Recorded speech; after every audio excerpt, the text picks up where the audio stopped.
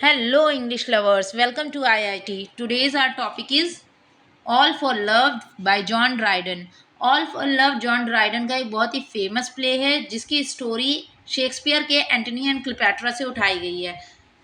इसके हम की फैक्ट्स देखते हैं। इसे लिखा गया था 1677 लंदन में और 1678 में इसे पब्लिश करवा दिया गया था। इसका सब टाइटल है द वर्ल्ड वेल लॉस्ट। ये सब टाइटल इसका ज़रूर याद रखना है, एग्जाम में पूछा जाता है अक्सर। इसकी सेटिंग रखी गई है एंशिएंट इजिप्ट में और ये डेडिकेटेड है थॉमस ऑसबॉर्न को। अब इस प्ले का बैकग्राउंड समझने के लिए आपको दो और प्ले की समरी आनी चाहिए। एक है हमारा जूलियस सीजर, एक हमारा एंटनी एंड क्लियोपेट्रा। जी ये ऑल फॉर लव प्ले है। इसकी स्टोरी ड्राइडन ने शेक्सपियर के एंटनी एंड क्लियोपेट्रा से उठाई है, लेकिन Antony and Cleopatra direct related है जूलियस सीजर से। तो आपको ये प्ले समझने के लिए, ऑल फॉर लव समझने के लिए ये दोनों प्ले का समझना इम्पॉर्टेंट है। चलिए हम अपने कैरेक्टर्स देखते हैं।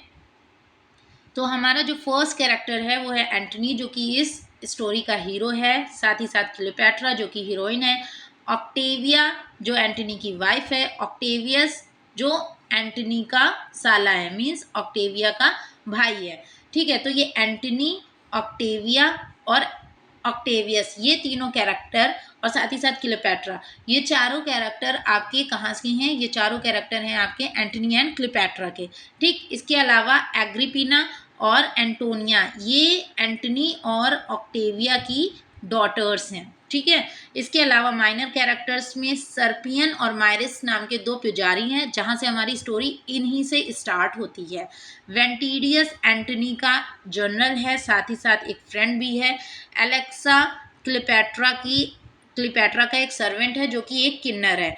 डोलाबेला ये एंटनी का दोस्त है और ये कहीं ना कहीं क्लियोपेट्रा को भी प्यार करता है।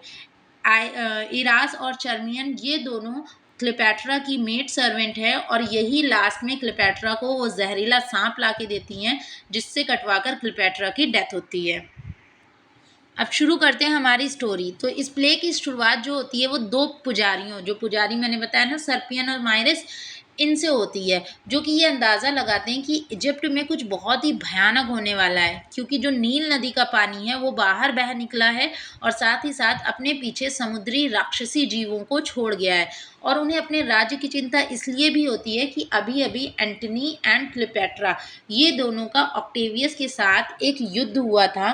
ठीक है, और उस युद्ध में ये दोनों बुरी तरह हार गए हैं। वो युद्ध हुआ था एक्टिलियम। इस युद्ध में ये दोनों बुरी तरह हार गए हैं, जिससे हार से परेशान होकर, क्योंकि एंटनी एक महान शासक था, लेकिन वो क्लियोपेट्रा के प्यार में इतना पागल हो गया था कि वो अपनी सेना पे, अपनी राज्य पे बिल्कुल भी ध्यान नहीं दे रहा था। तो जब ये युद्ध हारता है तो इसे बहुत ही बुरा फील होता है कि वो प्यार में बिल्कुल पागल हो गया है। इसलिए वो खुद को एक कमरे में बंद कर लेता है। उसी टाइम एंटनी के पास उसका जो फ्रेंड है और जनरल भी है, वो है वेंटिडियस। वो आता है और वो एंटनी को बताता है कि जो सीरिया की सेना है वो हमारा सपोर्ट करने को तैयार है, मतलब वो हमारे लिए अब भी लॉयल है और वो हमें हमारे युद्ध में सपोर्ट करना चाहती है। लेकिन उनकी एक ये शर्त है कि वो एंटनी के लिए तो लड़ेंगी, लेकिन वो क्लियोपेट्रा के लिए नहीं लड़ेंगी। मतलब बेसिकली उनकी ये शर्त है कि वो एंटनी का साथ तभी देंगी जब एंटनी क्लियोपेट्रा के साथ अपने रिश्ते को ख़त्म कर लें। अब क्योंकि एंटनी युद्ध में हार चुका होता है और परेशान भी होता है, तो वो कहीं ना कहीं एग्री हो जाता है कि ठीक है, मैं क्लियोपेट्रा को छोड़ दूंगा। लेकिन क्लियोपेट्रा को जब ये बात पता चलती तो वो एलेक्सा, जो कि उसका सर्वेंट था, जो किन्नर था, उसको भेजती है किसके पास? एंटनी के पास। और वो आकर ये कहता है कि आप क्लियोपेट्रा को छोड़ने से पहले बस एक बार उससे मिल लीजिए। और साथ ही साथ वो एक ब्रेसलेट भी देता है जिसमें ब्लीडिंग हार्ट्स बने होते हैं, मतलब कुछ दिल तरह के जिसमें से खून बह रहा होता है। और वो ये कहता है कि ये ब्रेसलेट क्लियोपेट्रा आपको अपने हाथों से पहनाना चाहती हैं। इस पर जो वेंटिडियस होता है वो मना करता है एंटनी को, क्योंकि उसे लग रहा था कि एंटनी वहाँ जाएगा तो अभी अभी इसने कहा कि ये क्लियोपेट्रा को छोड़ देगा, लेकिन वहाँ जाएगा तो फिर से उसके प्यार में पड़ जाएगा। लेकिन एंटनी मानता नहीं है, वेंटिडियस की बात नहीं मानता है और वो चला जाता है किसके पास? क्लियोपेट्रा के पास। जब वो क्लियोपेट्रा के पास पहुँचता है तो क्लियोपेट्रा रो रो के बस उससे एक रिक्वेस्ट करती है कि वो बस मरना चाहती है, वो अब जीना नहीं चाहती, क्योंकि उसे एंटनी छोड़ के जा रहा है। अब यहाँ पर एंटनी का दिल पिघल जाता है और वो ये अनाउंस कर देता है कि अब चाहे वो जिए या मरे, कुछ भी हो, लेकिन वो क्लियोपेट्रा का साथ नहीं छोड़ेगा, क्योंकि क्लियोपेट्रा से वो सच्चा प्यार करता है और क्लियोपेट्रा भी उससे प्यार करती है। अब ये सीन यहीं पर ख़त्म होता है। नेक्स्ट सीन होता है इजिप्शियन कोर्ट का, यानी इजिप्ट के दरबार में एंटनी है। वहाँ पर 4 लोग आते हैं। कौन? एंटनी की वाइफ ऑक्टेविया, उसकी दोनों बेटियाँ एग्रिपिना, अंटोनिया और साथ में डोलाबेला, जो कि क्लियोपेट्रा से प्यार करता था। यहाँ पर आकर जो ऑक्टेविया होती है, वो एंटनी से कहती है कि मैं अब भी तुमसे प्यार करती हूँ और मैं तुम्हारे लिए बहुत लॉयल हूँ। साथ ही साथ वो अपनी दोनों बेटियों एग्रिपिना और एंटोनिया से बोलती है एंटोनी के पास जाने के लिए। ये दोनों बेटियाँ जैसे ही एंटनी के पास जाती हैं और उसे गले से लगाती हैं, अपने फादर को गले से लगाती हैं, तो एंटनी का एक बेटियों का प्यार जाग उठता है और वो फिर से सोचता है कि उसने अपने परिवार के साथ गलत किया है, वो रोम के साथ भी गलत कर रहा है, तो वो फिर से क्लियोपेट्रा को छोड़ना चाहता है। तो वो फिर से डिसाइड करता है कि वो क्लियोपेट्रा को छोड़ देगा। इतना इसके बाद नेक्स्ट सीन में क्लियोपेट्रा मिलती है ऑक्टेविया से, ठीक है? ऑक्टेविया से मिलती है और इन दोनों के बीच में बहुत ही क्लियोपेट्रा ऑक्टेविया को बहुत बुरा भला सुनाती है और ऑक्टेविया क्लियोपेट्रा को बहुत बुरा भला सुनाती है। इधर जब क्लियोपेट्रा को ये पता चलता है कि एंटनी उसे छोड़ने वाला है, तो उसे बहुत गुस्सा आता है। अब उसे पता कैसे चलता है कि एंटनी उसे छोड़ने वाला है? ये आके बताता है कौन? डोलाबेला। डोलाबेला आके क्लियोपेट्रा को बताता है कि एंटनी तुम्हें छोड़ने वाला है। अब यहाँ पे एलेक्सिस, जो कि क्लियोपेट्रा का सर्वेंट है, वो एक एडवाइस देता है। वो कहता है कि डोलाबेला तो अब भी आपसे प्यार करता है, तो आप उसके साथ प्यार का नाटक करिए ताकि एंटनी जेलस होकर आपके पास वापस आ जाए। तो क्लियोपेट्रा डोलाबेला से प्यार का नाटक करने की कोशिश करती है, लेकिन क्योंकि वो एंटनी को बहुत प्यार करती थी, तो वो उसके साथ वो नाटक ज़्यादा देर तक कर नहीं पाती और बाद में डोलाबेला को बताती है कि मैं तो एंटनी से ही प्यार करती हूँ, उसे जेलस फ़ील करवाने के लिए मैंने तुम्हारे साथ ये सब किया था। तो डोलाबेला उससे कुछ नहीं बोलता, वो उसकी फीलिंग्स की रिस्पेक्ट करता है। लेकिन इसके साथ-साथ एक गलती ये हो जाती है कि ऑक्टेविया, यानी एंटनी की वाइफ, और वेंटिडियस, ये दोनों डोलाबेला को क्लियोपेट्रा का हाथ चूमते देख लेते हैं। मतलब डोलाबेला उसके हाथ पे जब किस करता है, तो इस चीज़ को 2 लोग देख लेते हैं। कौन? ऑक्टेविया और वेंटिडियस। और ये दोनों तो एंटनी एंड क्लियोपेट्रा को अलग करवाना चाहते थे। तो ये दोनों जाकर एंटनी को बता देते हैं कि डोलाबेला क्लियोपेट्रा को किस कर रहा था। और इसलिए बताते हैं कि एंटनी एंड क्लियोपेट्रा एक दूसरे से दूर हो जाएं, लेकिन ऐसा होता नहीं है। वाकई में एंटनी को बहुत जेलस फील होता है और उसे रियलाइज़ होता है कि वो क्लियोपेट्रा को नहीं छोड़ सकता। ऑक्टेविया मतलब जब ये देखती है कि एंटनी उसके प्यार में इतना ज़्यादा पागल हो रहा है, तो फिर उसको खुद में कुछ एहसास होता है कि उसकी कोई जगह नहीं है एंटनी की लाइफ में, तो वो वापस अपने भाई के पास चली जाती है। उसका भाई कौन था? ऑक्टेवियस। यानी वापस से रोम चली जाती है। इधर एंटनी क्या करता है? एंटनी प्यार तो करता होता है क्लियोपेट्रा से, उसको एहसास भी हो जाता है, लेकिन वो डोलाबेला को बैनिश कर देता है और साथ ही साथ वो क्लियोपेट्रा को भी बैनिश कर देता है। हालाँकि उसका मन नहीं होता ऐसा करने का, लेकिन वो गुस्से में ऐसा करता है।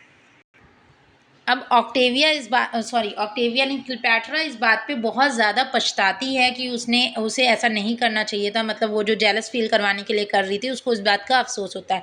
इधर ऑक्टेवियस और एंटनी के बीच में लड़ाई शुरू हो जाती है, युद्ध होने लगता है। लेकिन जो एंटनी की जो सेना होती है, वो कहीं न कहीं ऑक्टेवियस से लड़ाई करने की बजाय वो उनकी सेना में शामिल हो रही होती है और ये सब एंटनी एक टावर के ऊपर खड़ा देख रहा होता है कि उसकी सेना जो है वो हार रही है। इसी बीच क्लियोपेट्रा को कोई सजेस्ट करता है कि आप अपने आप को टॉम में बंद कर लीजिए, मतलब एक तरीके का रूम है, वहाँ पर बंद कर लीजिए और हम एंटनी तक ये खबर पहुँचाएँगे कि आपने सुसाइड कर लिया है, जिससे एंटनी को आपके प्यार का एहसास होगा और वो आपको माफ़ कर देगा। तो क्लियोपेट्रा को तो ये आइडिया बहुत अच्छा लगता है, वो खुद को टॉम में बंद कर लेती है और झूठी खबर फैला देती है। एलेक्सिस जाता है किसके पास? एंटनी के पास, ये झूठी खबर लेकर कि क्लियोपेट्रा ने आपने क्लियोपेट्रा को इतनी बुरी तरह मतलब बैनिश कर दिया था, तो उसने उसी गम में क्या किया है? सुसाइड कर लिया है।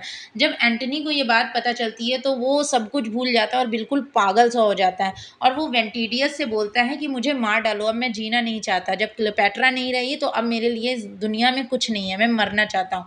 तो वेंटिडियस कहता है, अगर आप दुनिया में नहीं हैं, तो मेरा क्या काम? ये बहुत ही लॉयल होता है और वेंटिडियस एंटोनी को मारने की जगह खुद को ही मार लेता है।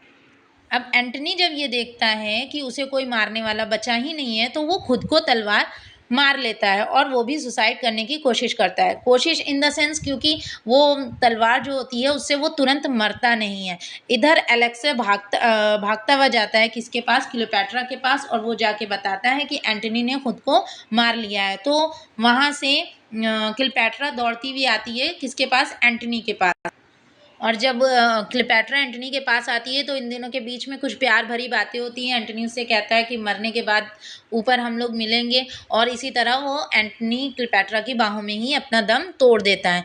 अब क्लियोपैट्रा भी मरना चाहती है, लेकिन मरने से पहले वो एक दुल्हन की तरह मरना चाहती है। तो वो अपनी 2 मेट्स जो हैं इरास और चर्मियन, इन दोनों से कहती है मेरे लिए खूबसूरत से खूबसूरत ड्रेस लेकर आओ।